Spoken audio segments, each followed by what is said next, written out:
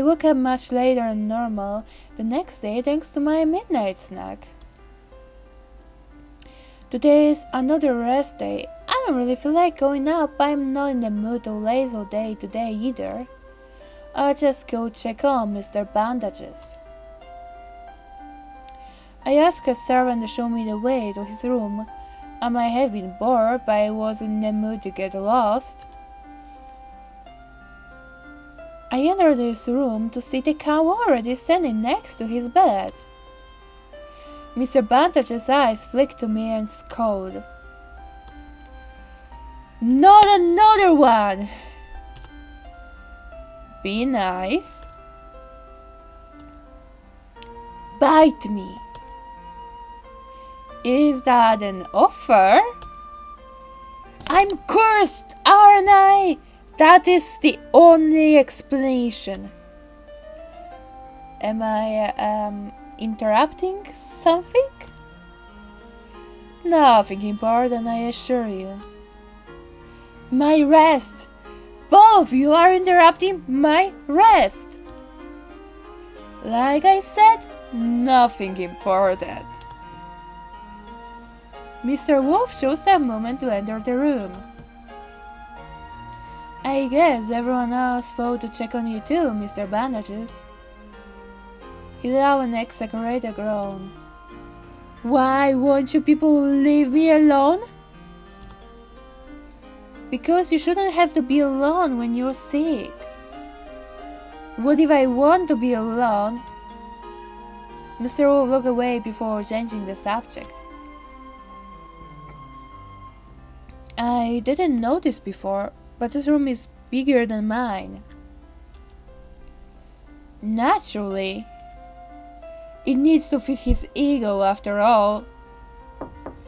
And the response Mr. Bandages would have given was cut off by a knock at the door. I must be lunch! Mr. Wolf opened the door and a servant wheeled in a cow with more food than Mr. Bandages could eat, sick or not. That's way too much for you to eat alone, so we'll join you.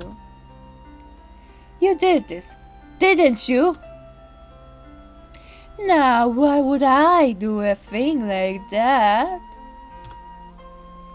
The Count took a plate from a tray, placed some food on it, and handed to a glowering Mr. Bandages. Then the Count turned to look at us. Isn't anyone else going to eat? Mr. Bandages, I don't care. This is enough for me.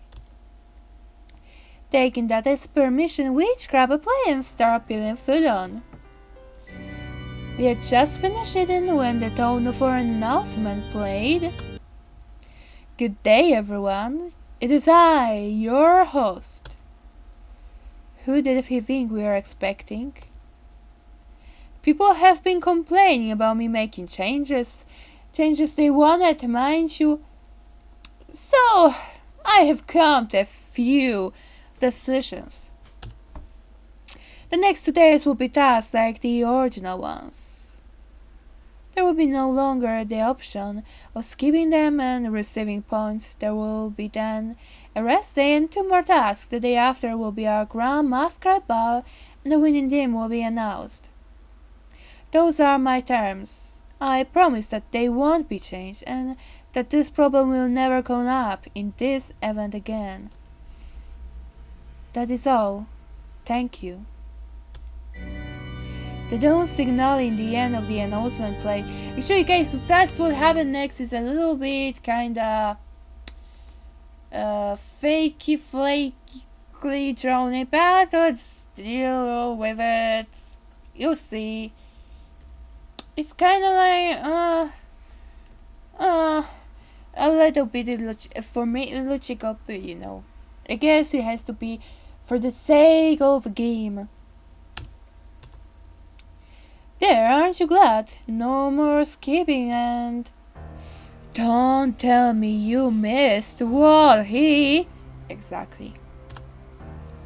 Oh no, I got that, but there's nothing we... Like how there isn't! Calm down, this isn't good for your health. How do you expect me to be calm after that? After what? Eric just laid out the rules. He promised this problem will never come up again. So?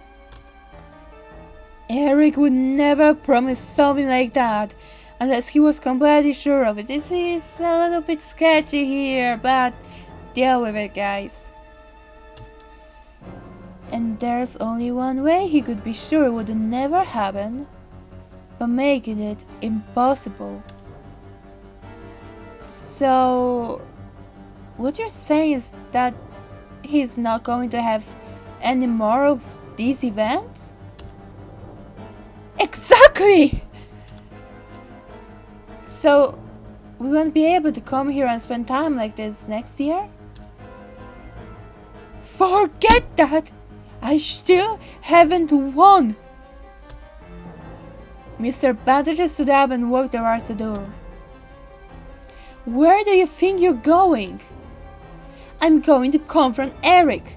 There is no way I'm just going to sit here and do nothing while he... You heard him. His decision has been made. There is nothing we can do. Like hell there isn't. Calm down. You're going to... I'm going to confront Eric and you can't stop me. He flung open the door and stuck out. Mr. Bandages! Wait up!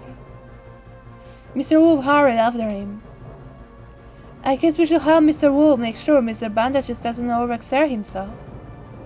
I'll leave that to the two of you. You're not coming with us? I have better things to do than watch him throw a hissy fit.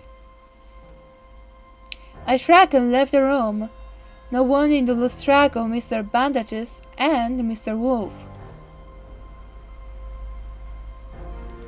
Thankfully, they didn't get far because Mr. Wolf was trying to pull Mr. Bandages back to the room. Do you know where we're going? Of course I do! So why have we passed the same vase twice?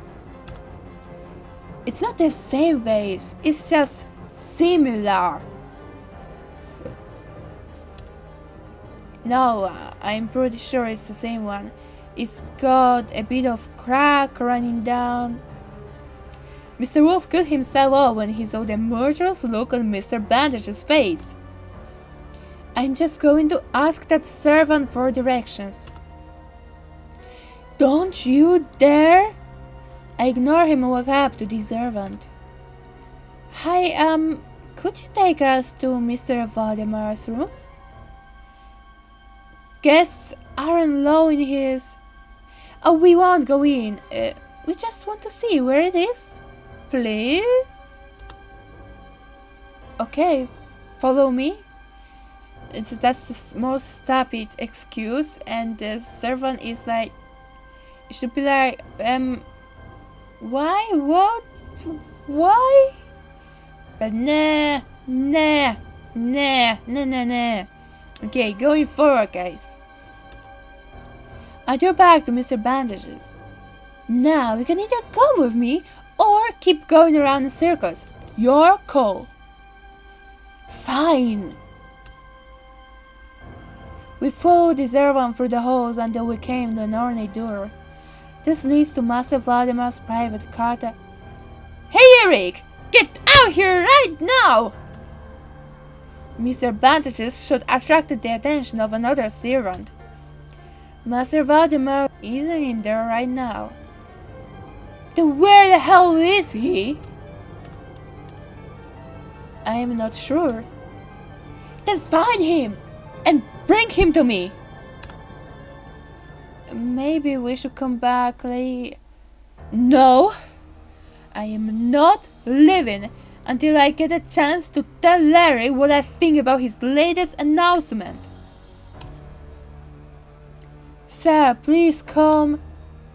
I will not come down. Really? Mr. Bandages. I'm starting to think the only reason you attend is to harass my staff.